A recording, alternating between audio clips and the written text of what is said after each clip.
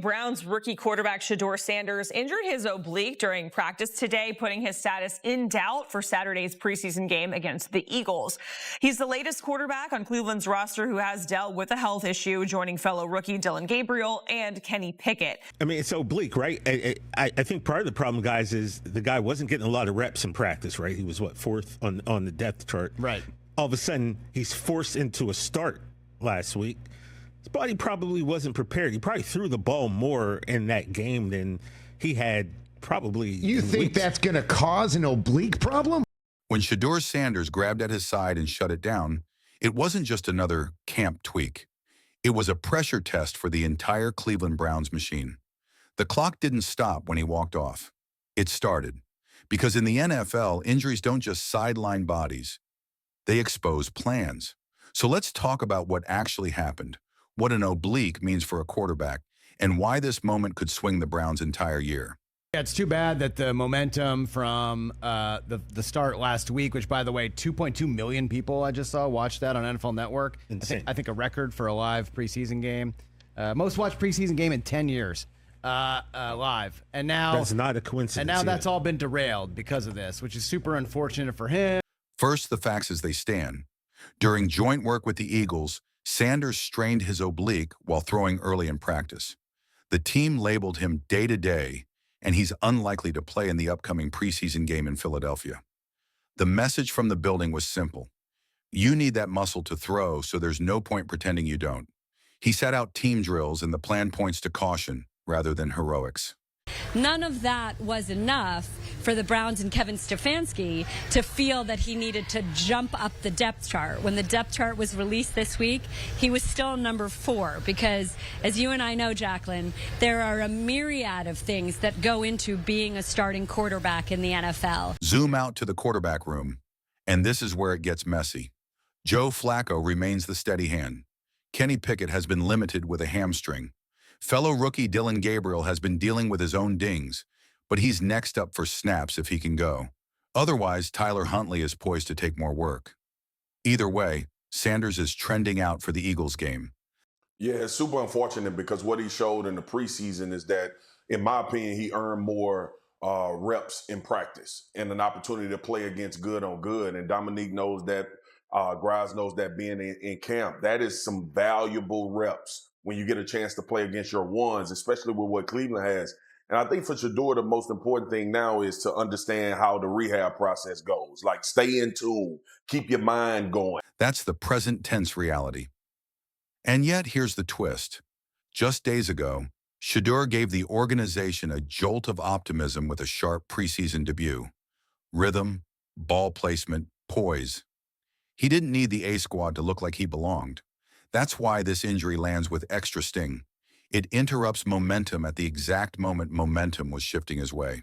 I feel like you never know in the NFL what's going on with injuries. They kind of just tiptoe around everything. Like, why can't you just give me a solid answer? Like, look, Gabriel's going to play 3 quarters. We're going to have Snoop come in. He's going to play 1 quarter. Or Gabriel is injured still, but we're going to give him about a quarter. Like, why can't they just give us the information that we want and that we want to hear instead of just guessing all the time? Like, this is me just throwing stuff out here, and you can throw it right back. That's what I'm saying. I mean, there's literally only injury reports because of gambling. Yeah. So if it was up to them, they wouldn't tell us anything about injuries. Betting chatter still puts Flacco as the Week 1 favorite, but it also reveals something else. Belief in Sanders' upside is real. He's drawing attention despite the depth chart because the tape looked like more than a blip. It looked like a blueprint. Now, what does an oblique strain mean for a thrower? The oblique is your rotational engine. Quarterbacking isn't bicep curl football. It's hips, core, and timing. Your legs load, your hips fire, your obliques sling the torso, the shoulder and elbow sequence, the wrist finishes. If the oblique is even 10% off, you pay for it everywhere. Velocity dips, accuracy wobbles, and worst of all, you start compensating. That's how little strains grow teeth. Yeah, felt it early, I think warming up, and then felt it throughout individuals, so took a look at it. If it's a right guard, you can play through that. When it's a quarterback, you kind of need that muscle to throw. So unfortunately, going to put him down for a little bit here. We'll treat it day to day and see how he responds, but want to be smart because he's a thrower, so you can't push that thing. Day to day doesn't mean full go tomorrow. It means a controlled progression, rest, trunk control work, gradual reloading into rotational patterns, then layered throws, soft to firm, short to deep, on platform to off platform. That coach's line, "You need that muscle to throw," is more than a quip. It's a medical thesis in 8 words. So here's the bigger truth. This isn't just about whether Shedeur plays on Saturday.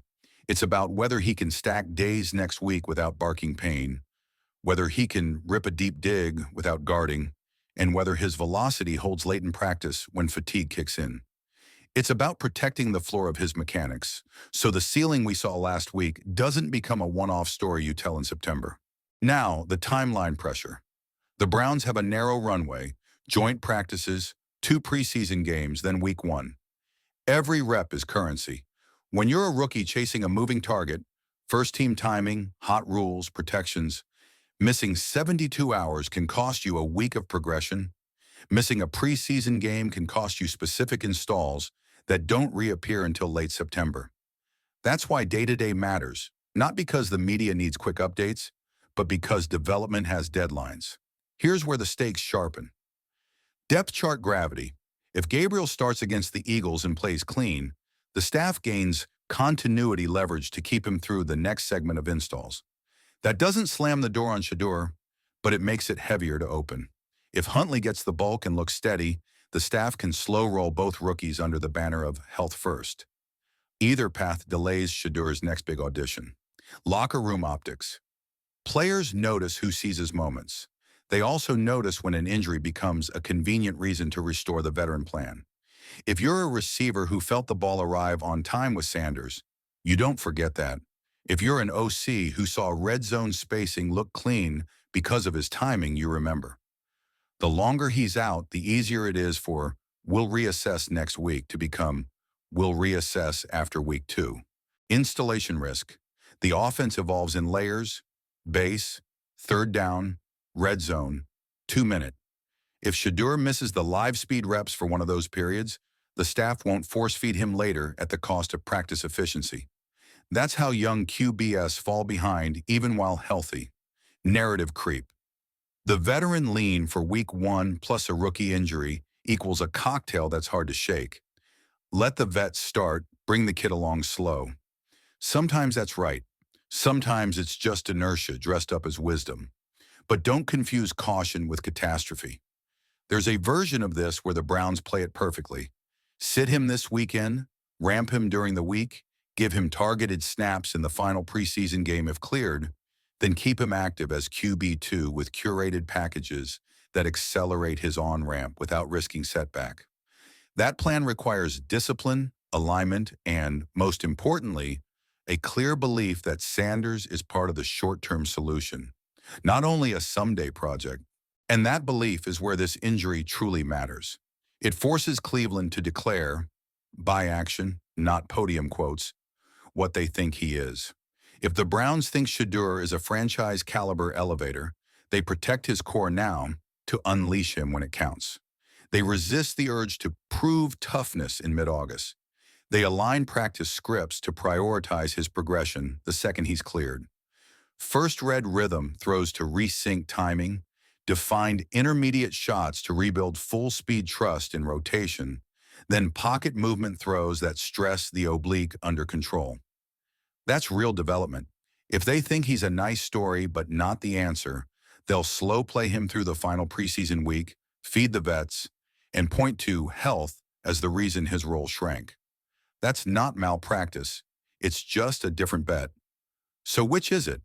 The breadcrumbs suggest a balanced approach. There was prior intent to give both rookies a preseason start. That indicates the staff wanted honest evaluations, not window dressing. The injury interrupts the schedule, not the evaluation. The key word is interrupts, not ends. Let's also separate hype from tape. Why did people lean in after week 1? Because the film showed an NFL operation, huddle command, tempo control, answers versus pressure, and touch in the low red. Those aren't mirages that disappear because of an oblique. They're traits. The question now is whether he can keep those traits live once he's past the strain, whether the ball still jumps on outbreak timing routes, and whether he trusts his body enough to rotate free on far hash digs. That's the post-injury checkpoint. There's a human side here too. Young quarterbacks remember the first time their body betrays their plan. He has to calibrate what good pain and bad pain feel like in his core. He has to learn to say, one more rep is not worth two fewer in September. That's not softness. That's professional wisdom. Every veteran quarterback can tell you the exact day they learned that lesson. Shedeur's came in mid-August. Now let's talk outcomes. The optimistic, the realistic, and the avoidable. Optimistic. Sanders sits for the Eagles game, returns to limited throwing early next week, progresses without setback, and logs meaningful snaps in the final preseason game. The staff uses that tape as the tiebreaker to set Week 1 roles. He opens as QB2 behind Flacco, one injury or one stagnant half away from real snaps, and his trajectory stays intact. Realistic, he remains limited longer than fans want. Obliques are fickle. The staff holds him out of the finale or keeps the call sheet conservative. He still makes the 53rd, but Week 1 is developmental, not disruptive. The Browns lean veteran to start, then revisit in October, depending on performance and health. Avoidable. He pushes, compensates, and the mechanics unravel. Sails the out, under-rotates the post, starts aiming instead of throwing. Now you're not only hurt, you're rewiring a rookie's motion mid-season. That's how promising Augusts turn into frustrating Novembers. The way around it is simple and hard at once. Keep availability separate from readiness. There's one more layer, meaning beyond the injury.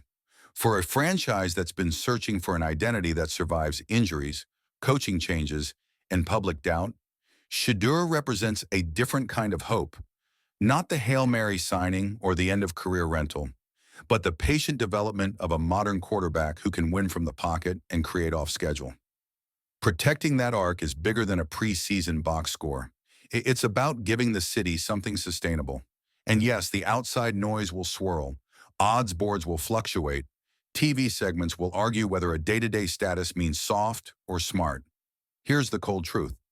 The Browns don't need a hero in August. They need a healthy, ascending quarterback in December.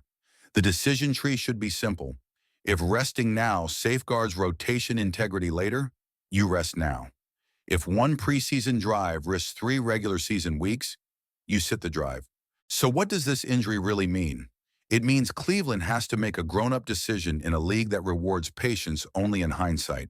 It means Shedeur's next throw matters more than his next headline.